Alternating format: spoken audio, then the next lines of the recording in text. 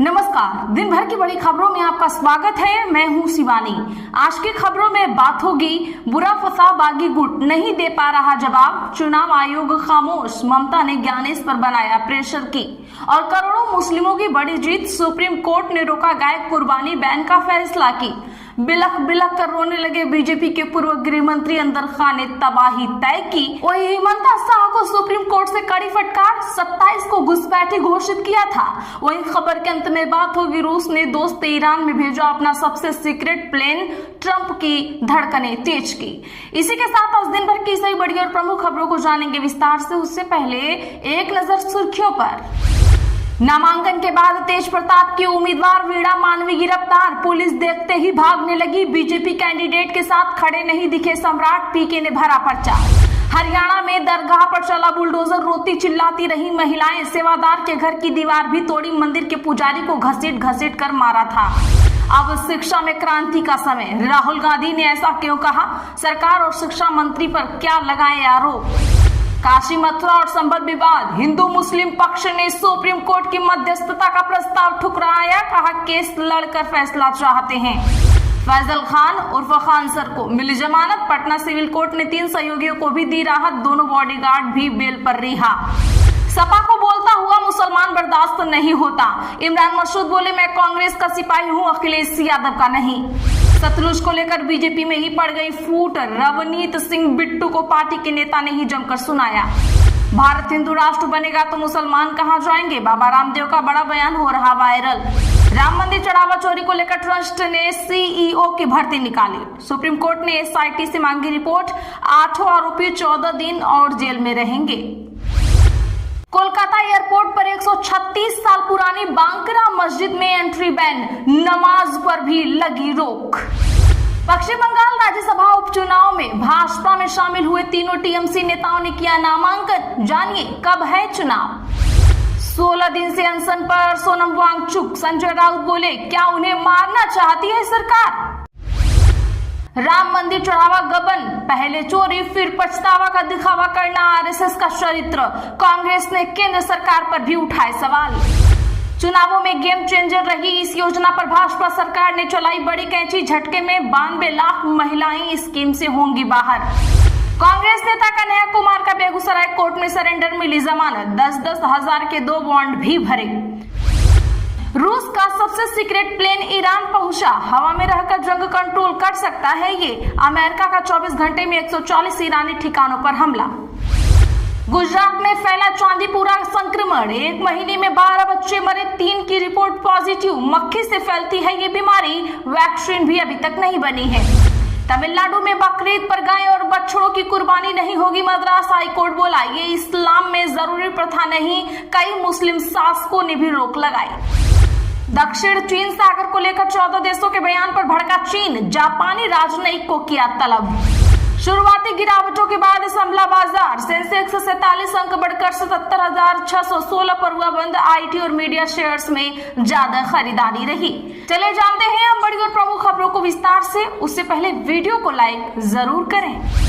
ममता की चुनाव आयोग से मांग, ऋतव्रत गुट को और समय ना मिले, हमारे जवाब पर जल्द फैसला करिए। जी हां, बता दें कि तृणमूल कांग्रेस अध्यक्ष ममता बनर्जी ने चुनाव आयोग से ऋतव्रत बनर्जी गुट को जवाब दाखिल करने के लिए और समय नहीं देने की मांग की है। ममता ने कहा कि उनका गुट तय समय के भीतर जवाब दे चुका है, अगर ऋतव्रत गुट समय पर जवाब नहीं दे पाया तो उसे और मौका नहीं मिलना चाहिए। आयोग अब मामले में जल्द फैसला करे। आपको बता दें कि विवाद 2 जुलाई को शुरू हुआ, जब ऋतव्रत बनर्जी गुट ने खुद को असली टीएमसी बताते हुए चुनाव आयोग में दावा पेश कर दिया। इसके बाद आयोग ने दोनों पक्षों को 6 जुलाई शाम 5:30 बजे तक जवाब दाखिल करने को कहा था। ममता गुट ने 6 जुलाई को ही जवाब जमा कर दिया, वहीं चुनाव आयोग ने ऋतव्रत गुट को 10 जुलाई शाम 5:30 बजे तक का अतिरिक्त समय दिया। आज चुनाव आयोग को भेजे पत्र में ममता ने कहा कि तय समय सीमा खत्म होने के बाद भी ऋतव्रत गुट की ओर से उन्हें जवाब की कॉपी नहीं मिली। आयोग ने दोनों पक्षों को अपने जवाब की कॉपी एक दूसरे को देने के लिए भी कहा था, लेकिन इसका पालन नहीं किया गया। गौ कुर्बानी बैन के आदेश पर सुप्रीम कोर्ट की रोक, कहा इसमें सुधार की जरूरत, मद्रास हाई कोर्ट ने कहा था ये इस्लाम में जरूरी प्रथा नहीं। दरअसल बता दें कि सुप्रीम कोर्ट ने मद्रास हाई कोर्ट के उस आदेश पर रोक लगा दी जिसमें तमिलनाडु सरकार को बकरीद या किसी भी दिन राज्य में गाय बछड़ों के वध पर रोक सुनिश्चित करने का निर्देश दिया गया था। सुप्रीम कोर्ट ने कहा कि इस आदेश में सुधार की जरूरत है। राज्य सरकार ने मद्रास हाई कोर्ट के 27 मई के आदेश को सुप्रीम कोर्ट में चुनौती दी थी। याचिका में कहा गया कि जब कानून तय श्रेणी के गायों के वध की अनुमति देता है और उसके लिए निर्धारित स्थान भी तय है, तब अदालत का ऐसा निर्देश कानून के प्रावधानों के विपरीत है, इसे कायम नहीं रखा जा सकता। जस्टिस विक्रम नाथ और जस्टिस संदीप मेहता की बेंच ने आज इस मामले में नोटिस जारी किया और हाईकोर्ट के फैसले पर रोक लगा दी है। आपको बता दें कि मद्रास हाईकोर्ट ने 27 मई को तमिलनाडु सरकार को निर्देश दिया था कि राज्य में बकरीद या किसी अन्य गाय और बछड़ों की कुर्बानी न हो। Justice G.R.. स्वामीनाथन और जस्टिस वी. लक्ष्मी नारायण की बेंच ने कहा, संविधान सभा की बहस में कहा गया था कि गाय भारत में पूजनीय मानी जाती है, भगवान कृष्ण के समय से हमारी संस्कृति का हिस्सा रही है। कई मुस्लिम शासकों ने भी गौकशी पर रोक लगाई थी। महात्मा गांधी भी गौ संरक्षण को बहुत महत्वपूर्ण मानते थे। सुप्रीम कोर्ट बोला, नागरिकता का फैसला निष्पक्ष प्रक्रिया से हो। असम में विदेशी घोषित 27 लोगों को मिली राहत। सुप्रीम कोर्ट ने आज असम के 27 लोगों को विदेशी घोषित करने से जुड़े मामलों में गुवाहाटी हाईकोर्ट के फैसले रद्द कर दिए। कोर्ट ने कहा कि किसी व्यक्ति की नागरिकता या विदेशी होने का फैसला निष्पक्ष, कानूनी और उचित प्रक्रिया के तहत ही होना चाहिए। जस्टिस विक्रम नाथ और जस्टिस संदीप मेहता की बेंच ने मामले की सुनवाई की। कोर्ट ने कहा कि नागरिकता और विदेशी होने का सवाल संविधान और कानून से जुड़ा बेहद महत्वपूर्ण विषय है। सभी मामले दोबारा सुनवाई के लिए फॉरेनर्स ट्रिब्यूनल्स को भेज दिए गए हैं। इन लोगों को फॉरेनर्स ट्रिब्यूनल ने विदेशी घोषित किया था। उन्होंने इस फैसले को गुवाहाटी हाईकोर्ट में चुनौती दी, लेकिन हाईकोर्ट ने ट्रिब्यूनल के फैसले को बरकरार रखा। इसके बाद सभी ने सुप्रीम कोर्ट में अपील की। सरकार ये सुनिश्चित कर सकती है कि कोई भी व्यक्ति गलत डॉक्यूमेंट, झूठे दावों या कानूनी प्रक्रिया का दुरुपयोग कर भारतीय नागरिकता हासिल न करे, लेकिन इसके लिए निष्पक्ष कानूनी प्रक्रिया से समझौता नहीं किया जा सकता, ये कहना है सुप्रीम कोर्ट का। टिकट का गम नहीं हो रहा, नरोत्तम मिश्रा मंच पर ही रो पड़े, मोहन यादव ने संभाला। जी हां, दतिया उपचुनाव में टिकट की आस लगाए बैठे भारतीय जनता पार्टी के वरिष्ठ नेता और मध्य प्रदेश के पूर्व गृह मंत्री नरोत्तम मिश्रा का गम कम नहीं हो पा रहा है। बड़ी मुश्किल से अपने समर्थकों को संभालने के बाद नरोत्तम मिश्रा आज अपनी भावनाओं पर काबू नहीं रख पाए और मंच पर ही फूट फूट कर रोने लगे। भाजपा के उम्मीदवार आशुतोष तिवारी के नामांकन के लिए आयोजित रैली में नरोत्तम मिश्रा को मुख्यमंत्री मोहन यादव संभालते नजर आए हैं। नरोत्तम मिश्रा आशुतोष तिवारी के समर्थन में मंच से भाषण देते समय ही रोने लगे। उन्होंने तिवारी को जितवाने के लिए एक एक घर जाने की भी बात कही। इससे पहले कि वे अपनी बात खत्म कर पाते, तिवारी के कंधे पर हाथ रखा और भावुक हो गए। नरोत्तम मिश्रा ने कहा, 16 तारीख से खुद यही डेरा जमाएंगे, एक दरवाजे पर शीश नवाऊंगा, एक गांव के अंदर जाऊंगा और आशुतोष को जितवाऊंगा। इतना ही कहते वह रोने लगे और अपनी सीट पर जाकर बैठ गए।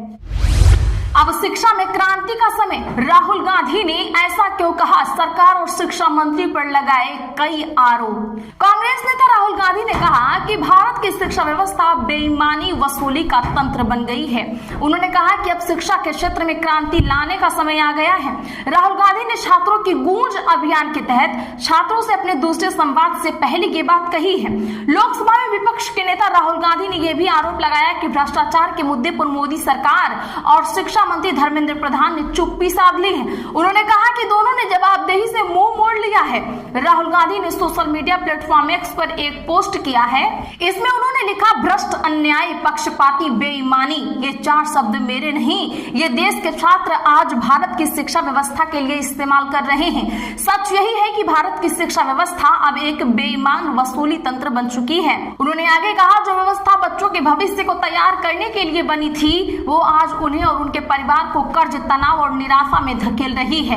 कांग्रेस नेता ने कहा, इसी भ्रष्टाचार ने पेपर लीक माफिया को जन्म दिया, जो तैयारी कर रहे लाखों छात्रों की वर्षों की मेहनत एक झटके में लूट लेता है। दर्शकों, क्या आप राहुल गांधी की बातों से सहमत हैं? कमेंट जरूर करिए। दावा, रूस का सबसे सीक्रेट प्लेन ईरान पहुंचा, हवा में रहकर जंग कंट्रोल कर सकता है। जी हां, मिडिल ईस्ट में बढ़ते तनाव के बीच रूस ने अपना बेहद सुरक्षित Tu-114PU एयरबोर्न कमांड विमान तेहरान भेजा है। दुनिया भर में उड़ रहे विमानों की रियल टाइम लोकेशन दिखाने वाली वेबसाइट फ्लाइट राइडर 24 ने यह दावा किया है। यह कोई सामान्य वीआईपी प्लेन नहीं है, इसमें सुरक्षित और encrypted communication system, command and control system और स्पेशल डेटा लिंक लगे हैं। इनकी मदद से संकट की स्थिति में भी रूस का टॉप लीडर उड़ान के दौरान सेना और सरकार का संचालन कर सकते हैं। इसी वजह से इसे रूस का डूम्सडे प्लेन यानी प्रलय के दिन के इस्तेमाल होने वाला विमान भी कहा जाता है। ये विमान रूसिया स्पेशल फ्लाइट स्क्वाड्रन संचालित करता है। यही स्क्वाड्रन रूस के राष्ट्रपति और देश के शीर्ष राजनीतिक व सैन्य नेतृत्व की उड़ानों का जिम्मा संभालता है। 16 दिन से अनशन पर सोनम वांगचुक, संजय राउत बोले क्या उन्हें मारना चाहती है सरकार? जी हां, शिवसेना के नेता संजय राउत ने सोनम वांगचुक के अनशन को लेकर केंद्र सरकार पर तीखा हमला किया है। पत्रकारों से बातचीत में उन्होंने कहा कि सोनम वांगचुक पिछले 16 दिनों से अनशन पर हैं, लेकिन बेहद अफसोस की बात है कि सरकार की ओर से अब तक कोई सकारात्मक पहल नहीं की गई है। उन्होंने सवाल उठाते हुए कहा कि ऐसी स्थिति में यही आशंका पैदा होती है कि क्या सरकार सोनम वांगचुक को मरने के लिए छोड़ देना चाहती है। संजय राउत ने सोनम वांगचुक की उपलब्धियों का भी उल्लेख किया। उन्होंने कहा कि सोनम वांगचुक एक असाधारण व्यक्ति हैं। वे पर्यावरणविद, शिक्षाविद और पद्मश्री सम्मान से सम्मानित हैं। देश और समाज के लिए उनके योगदान को नजरअंदाज नहीं किया जा सकता। काशी, मथुरा और संभल विवाद, हिंदू मुस्लिम पक्ष ने सुप्रीम कोर्ट की मध्यस्थता का प्रस्ताव ठुकराया, कहा केस लड़कर फैसला चाहते हैं। जी हां, यूपी के 3 मंदिर मस्जिद विवादों को लेकर हिंदू मुस्लिम पक्ष ने आज सुप्रीम कोर्ट की मध्यस्थता का प्रस्ताव ठुकरा दिया है। ये विवाद वाराणसी की ज्ञानव्यापी मस्जिद, मथुरा के श्री कृष्ण जन्मभूमि, शाही ईदगाह और संभल की शाही जामा मस्जिद से जुड़ा हुआ है। बार एंड बेंच के मुताबिक सुप्रीम कोर्ट ने इन मामलों के शांतिपूर्ण समाधान के लिए समाधान समारोह 2026 पहल के तहत लेटर भेजकर मध्यस्थता का प्रस्ताव दिया था और दोनों पक्षों से सहमति मांगी थी। किसी भी पक्ष ने इसके लिए सहमति नहीं दी। कोर्ट ने ये लेटर कब भेजा इसकी जानकारी सामने नहीं आई है। दोनों पक्षों ने कहा कि वे अदालत में ही केस लड़कर फैसला चाहते हैं। दरअसल सुप्रीम कोर्ट परिसर में 21 से 23 अगस्त तक समाधान समारोह के तहत विशेष लोक अदालत आयोजित की जाएगी। इसका उद्देश्य लंबी कानूनी लड़ाई के बजाय बातचीत के जरिए हल निकालना है। आज के लिए बस इतना ही। ऐसी ही खबरों के लिए चैनल सब्सक्राइब करें और बगल में घंटी के निशान को जरूर दबा लें। वीडियो को लाइक और शेयर करना ना भूलें।